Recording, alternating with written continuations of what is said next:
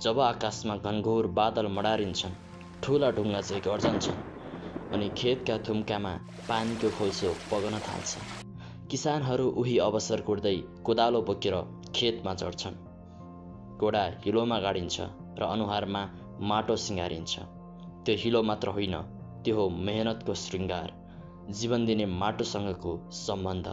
त्यसै बेला आउँछ एउटा यस्तो दिन जुन केवल रोपाइको सुरुवात होइन, यो हो नेपाली संस्कृति, सहकार्य, पसिना, परम्परा र माटोसँगको सम्बन्धको उत्सव, असार 15। यहाँहरूलाई पनि थाहा होला कि नेपाल कृषि प्रधान देश हो। यहाँको झन्डै 60% भन्दा बढी जनसङ्ख्या आज पनि प्रत्यक्ष वा अप्रत्यक्ष रूपमा कृषि पेसामै आश्रित छ।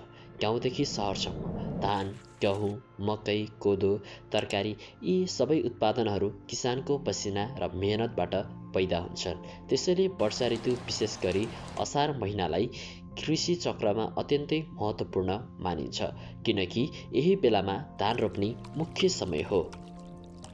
तर असार 15 नै किन यति विशेष रहेको छ त? यस दिनलाई राष्ट्रिय धान दिवसको रूपमा मनाउने परम्परा 2061 सालदेखि सुरु गरिएको हो, जुन केवल एक चाड होइन, किसानको श्रम, परिश्रम र भूमिसँगको आत्मीय सम्बन्धको मान्यता पनि हो। सरकार र कृषि मन्त्रालयले किसानहरूको अतुलनीय योगदानको सम्मान गर्न, कृषि क्षेत्रमा चेतना फैलाउन र आधुनिक प्रविधि मार्फत कृषि प्रवर्धन गर्न यो दिनलाई राष्ट्रिय दिवसको रूपमा आधिकारिक रूपमा घोषणा गरेका हुन्।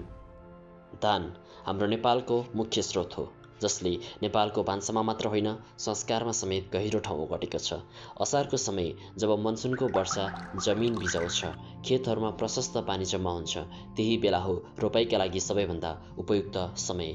किसानहरू बिहान सबेरै उठ्छन्, गोरु, हल र सम्पूर्ण चाहिने सामग्रीहरू बोकेर खेततर्फ लाग्छन्। उनीहरूको अनुहारमा थकान होइन, उत्साह देखिन्छ। त्यसपछि सुरु हुन्छ रोपाइ, जहाँ माटोमा रोपिन्छ जीवन, आशा र भविष्य। हिलोमा खेल्दै, एक अर्कालाई छ्याप्दै, हातमा बिरुवा समाउँदै र मनभरि गीत भरिँदै रोपाइ गरिन्छ। रोपाइ केवल कृषि प्रक्रिया होइन, त्यो हो एक सांस्कृतिक उत्सव, जहाँ आयो असार, खेतमा छ छ्यार छ्यार जस्ता लोकगीतहरू गुन्जिन्छन्। के तपाईँले कहिले रोपाइको गीत सुन्नुभएको छ? त्यो गीत जहाँ पसिना, माटो र मेलमिलाप मिसिन्छन्। असार 15 मात्रै धान रोप्ने दिन होइन, त्यहाँनिर एउटा अर्को प्रमुख विशेषता पनि रहेको छ, त्यो नै दही चिउरा खाने। दही चिउरा खाने दिन पनि असार 15 गते नै रहेको छ। दही चिउरा खाने पुरातन र मिठो चलन, जसले यो दिनलाई अझ विशेष बनाउँछ। खेतमा दिनभर हिलोमा घोडा घोडेर पसिना बगाएर गरिएको रोपाइपछि थकित शरीर र बोकाएको पेटलाई सन्तोष दिन दही, चिउरा, अचार, सागसब्जी र कहिलेकाहीँ मासु जस्ता परिकारहरू सँगै खानु एउटा मिठासपूर्ण परम्परा बनिसकेको छ। दही चिउरा केवल खानाको कुरा मात्र होइन, यो हो मेहनतको मिठो पुरस्कार, किसानको आत्मसन्तोष र माटोसँगको सम्बन्धलाई मिठाससँग गाँच्ने एक संस्कृति।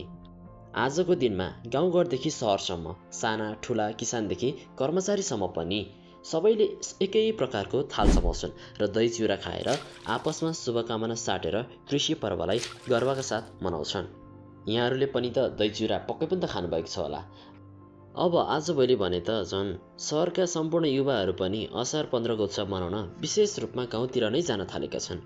कहिले त आफन्त भेट्न जान्छन्, कहिले रमाइलो गर्न र कहिले आफ्नो बाल्यकालको सम्झना फेरि बाँच्न। तर त्यसमध्ये पनि असार 15 कोमा जानेहरू चाहिँ बाल्यकालको सम्झनामा फेरि बाँच्नको लागि जान्छन् भन्ने गरिन्छ, किनभने त्यो समयमा हिलोमा लड्न सकिन्छ, रोपाइमा साथ दिन सकिन्छ, लोकगीतमा नाच्न सकिन्छ।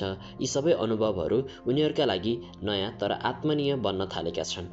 सामाजिक सञ्जालमा फोटो पोस्ट गर्ने, टिकटक बनाउने, युट्युबमा ब्लग अपलोड गर्ने चलन पनि असार 15लाई एउटा सांस्कृतिक उत्सवको रूपमा अझ व्यापकता दिएको छ। यी भिडियोहरू, तस्बिरहरू र कथाहरू सबैले देखाउँछ असार 15 को रमाइलो, मेहनत र माटोसँगको आत्मीयता। आजको यो दिन भनेको कृषकहरूलाई सम्मान गर्ने, उनीहरूको योगदान सम्झिने दिन, कृषि ज्ञान नयाँ पुस्तामा फैलाउने र आफ्नै मौलिक संस्कृति, परम्परा र पहिचानमा गर्व गर्ने एउटा विशेष पर्व बनेको छ असार 15। किनभने कहिलेकाहीँ हिलोमा लुटिँदा मात्र थाहा हुन्छ जीवनको साँचो सफाइ माटोसँगको सम्बन्धमा लुकेको हुन्छ। के छ विचार? मनाउने होइन त अब असार 15? कमेन्टमा जानकारी दिनु होला है त। नेपालको यस्तो संस्कृतिसँग जोडेको यस भिडियोलाई आफ्नो साथीभाइहरूमाझ पनि सेयर गर्न नबिर्सिनु होला, किनभने हाम्रो नेपालको संस्कृति इतिहास हामी नेपालीले जान्न अति आवश्यक छ। र यस्तै भिडियोको लागि ट्रियोवर्स नेपाललाई सब्स्क्राइब गर्न नबिर्सिनु होला। हाम्रो संस्कृति केवल पुस्तकका पानाहरूमा मात्रै सीमित नहोस्, हाम्रो माटो केवल हिलो भएर नबसोस्, हाम्रो आवाज केवल गुन्जन भएर नहरायोस्, सधैँ जिउँदो रहोस्, सधैँ गर्वको स्रोत बनोस्। ट्रियोवर्स नेपाल, तपाईको आफ्नो कथा बोकेको च्यानल। जय किसान, जय नेपाल।